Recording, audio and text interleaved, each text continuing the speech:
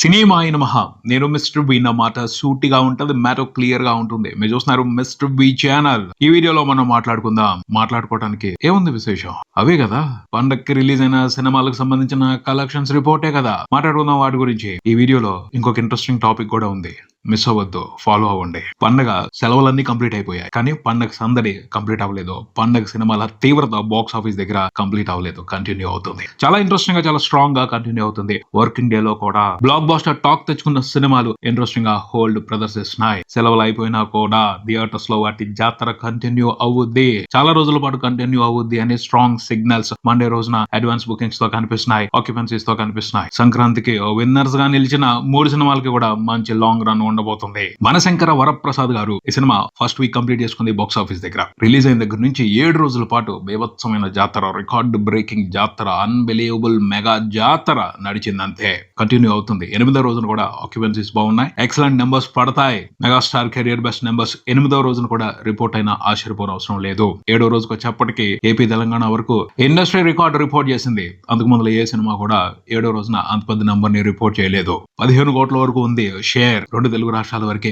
7వ రోజున మనశంకర్ వరప్రసాద్ గారు 2 తెలుగు రాష్ట్రాల వరకు వసూలు చేసింది. ముందు నుంచి మాట్లాడుకుంటున్నాం. ప్రీవియస్ దగ్గర నుంచి 7వ రోజున లాస్ట్ సెకండ్ షో వరకు కూడా ఏమాత్రం తీవ్రత తగ్గల, ఎక్కడా కూడా ఇంటెన్సిటీ డౌన్ అవలా. వేరే ర్యాంపేజ్ నడిచింది, మెగా ర్యాంపేజ్ నడిచింది. టికెట్ల కోసం విపరీతమైన డిమాండ్ కనిపించింది ప్రతి ఏరియాలోనూ. ముఖ్యంగా ఆంధ్రప్రదేశ్ లో కొన్ని ఏరియాల్లో సినిమా టికెట్ల కోసం ఎంత తాపత్రయపడిపోయారో ప్రేక్షకులు. ఎక్కడ చూసినా, ఎవరు చూసినా 1-2 టికెట్లు కాదు, 20 కావాలి, 30 కావాలి, 40-50 ఫ్యామిలీస్ వెళ్తున్నారు. 100, 150, 200 కూడా బుక్ చేసుకుని సినిమాని చూడటానికి రావటం కనిపించింది. అలాగా సెలబ్రేట్ చేసుకున్నారు మనశంకర్ వరప్రసాద్ గారి మూవీని ఈ సెలవుల్లో, ఈ సంక్రాంతి పండక్కి తెలుగు ప్రేక్షకులు చాలా గ్రాండ్ గా, చాలా గొప్పగా, చాలా ఘనంగా సెలబ్రేట్ చేసుకున్నారు. ఈ సెలబ్రేషన్స్ కొన్ని రోజుల పాటు గుర్తుండిపోతాయి. థియేటర్స్ కు గుర్తుండిపోతాయి, సినిమా ఇండస్ట్రీకి గుర్తుండిపోతుంది. మనశంకర్ వరప్రసాద్ గారు మూవీ టీం అయితే జీవితంలో మర్చిపోదు. అంత బ్రహ్మాండమైన సెలబ్రేషనల్ బాక్స్ ఆఫీస్ రన్ ఇది. షేక్ చేసి పారేశారు, దుమ్ము లేపి పారేశారు మెగాస్టార్. తన క్రేజ్ తో, తన మేనియాతో, తన ట్రాన్స్ తో బాక్స్ ఆఫీస్ దగ్గర మహా మాస్ జాతర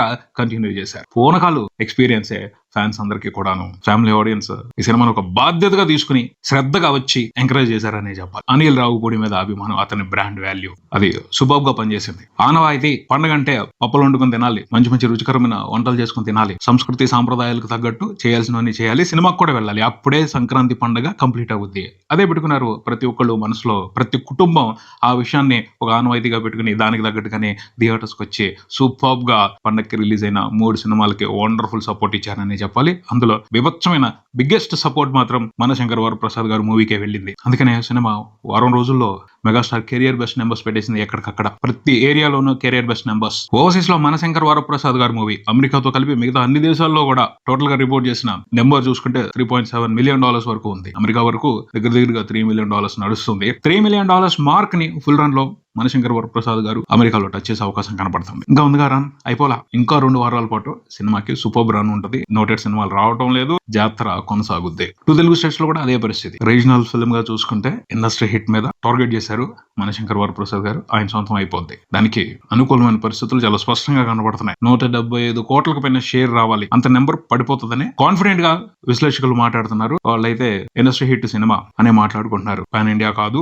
జస్ట్ రీజనల్ ఫిల్మ్ ని కన్సిడరేషన్ లోకి తీసుకుని చూస్తే ఇండస్ట్రీ హిట్ పెట్టే అవకాశం ఉంది. 300 కోట్ల గ్రాస్ అయితే కన్ఫర్మ్. మూవీ టీం చాలా ఫాస్ట్ గా పెద్ద నెంబర్స్ ను పోస్టర్స్ మీద వేసుకుంటూ వెళ్ళిపోతుంది. వాళ్ళ లెక్క ప్రకారం అయితే 400 కోట్లు దాటిచ్చేస్తారు. పోస్టర్ మీద 400 కోట్ల నెంబర్ కనపడుతుంది ఖచ్చితంగా. ట్రాకర్స్ కూడా 300కి కన్ఫర్మ్ గా ఫిక్స్ అయిపోయారు. ప్రస్తుతం కనిపిస్తున్న ట్రెండ్ ప్రకారం 300 కోట్ల మార్కుని దాటడం అనేది చాలా ఈజీ మ్యాటర్. మెగాస్టార్ కెరియర్ లో ఫస్ట్ టైం 300 కోట్ల గ్రాస్ చూస్తున్నారు. 200 కోట్ల షేర్ చూస్తారా లేదా అన్నది ప్రస్తుతానికి సస్పెన్స్ మ్యాటర్. ఛాన్స్ ఉంది, చూసే అవకాశం ఉంది.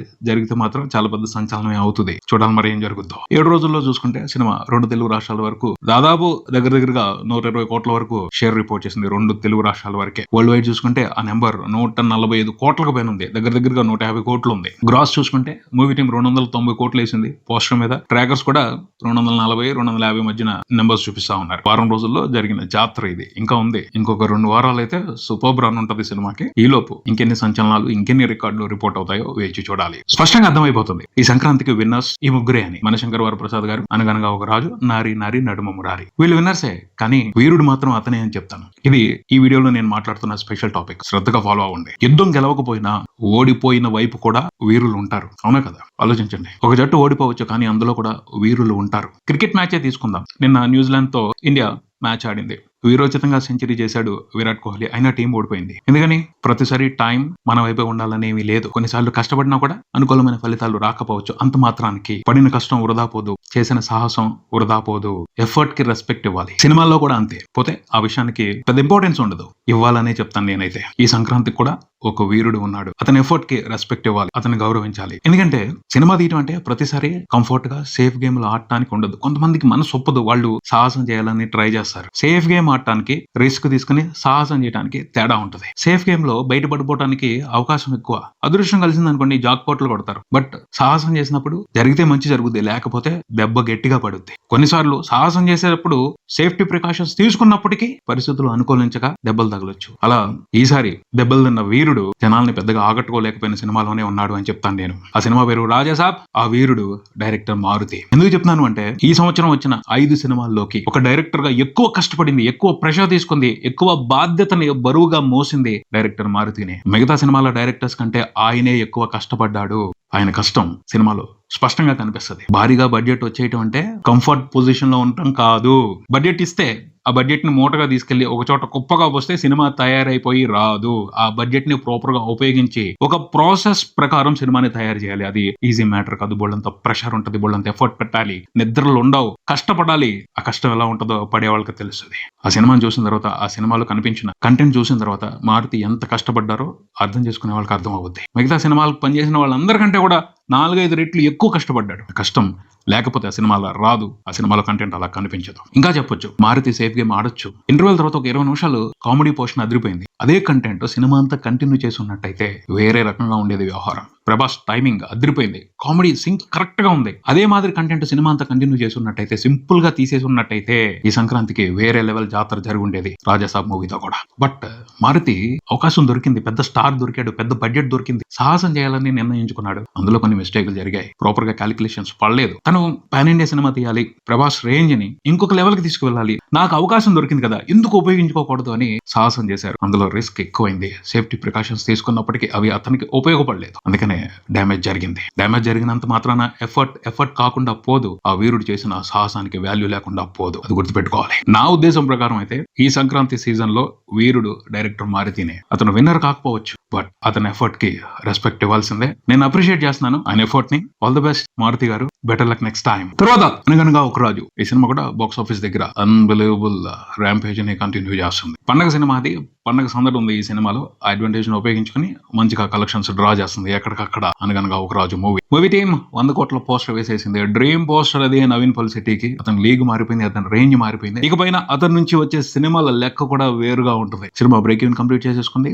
ప్రాఫిట్స్ కూడా సూపర్బ్ గా రిపోర్ట్ అవుతున్నాయి. భారీ ప్రాఫిట్స్ ఉంటాయి. 4 రోజుల్లోనే బ్రేక్ ఈవెన్ కంప్లీట్ అయిపోయింది. రాబోయే రోజుల్లో ప్రాఫిట్స్ పర్సెంటేజ్ ఏ రేంజ్ లో ఉంటుంది? 200% ఉంటుందా, 300% ఉంటుందా చూద్దాం.